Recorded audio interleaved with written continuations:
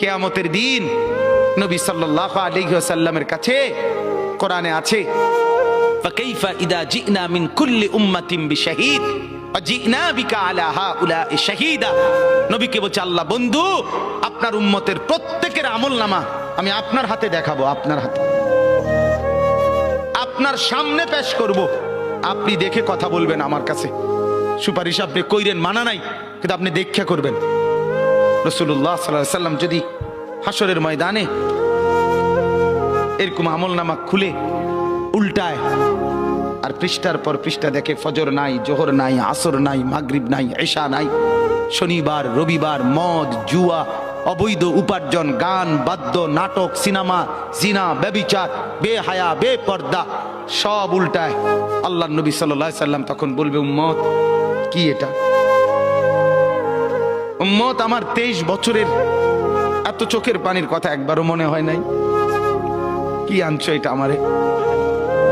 উম্মত তুমি জানো না আমি যে তায়েফের পাথরের আঘাতে পুরা পিঠ চালনির মতো ঝাঁঝরা বানায় ফেলছে আমার? শোনো নাই তুমি? আমারে যে উহুদের ময়দানে দান দান শহীদ করে রক্তাক্ত করছে, তুমি শোনো নাই? আমি যে 14 দিন পেটে ক্ষুধার তাড়নায় পাথর বাঁধছিলাম, উম্মত তোমার মনে নাই? একবারও শোনো নাই আমার ক্ষুধার কষ্ট, আমার পিঠের ব্যথা, আমার দাঁতের ব্যথা, আমার কাঁধে 2টা কড়া ঢুকে গেছে উম্মত।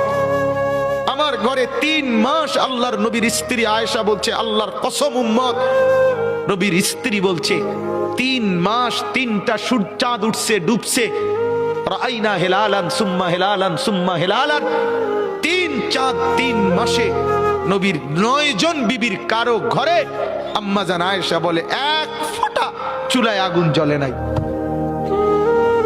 মা আওকাদাত ফি আবিয়াতে রাসূলিল্লাহ নারুন, নবীর একজন বিবির ঘরেও আগুন জ্বলে নাই।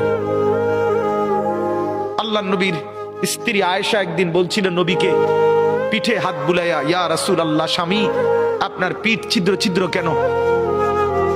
পুরা পিঠ চালনির মতো ছিদ্র ছিদ্র কেন? আপনার কি ছোটবেলায় বসন্ত রোগ হয়েছিল, গোটা হয়েছিল?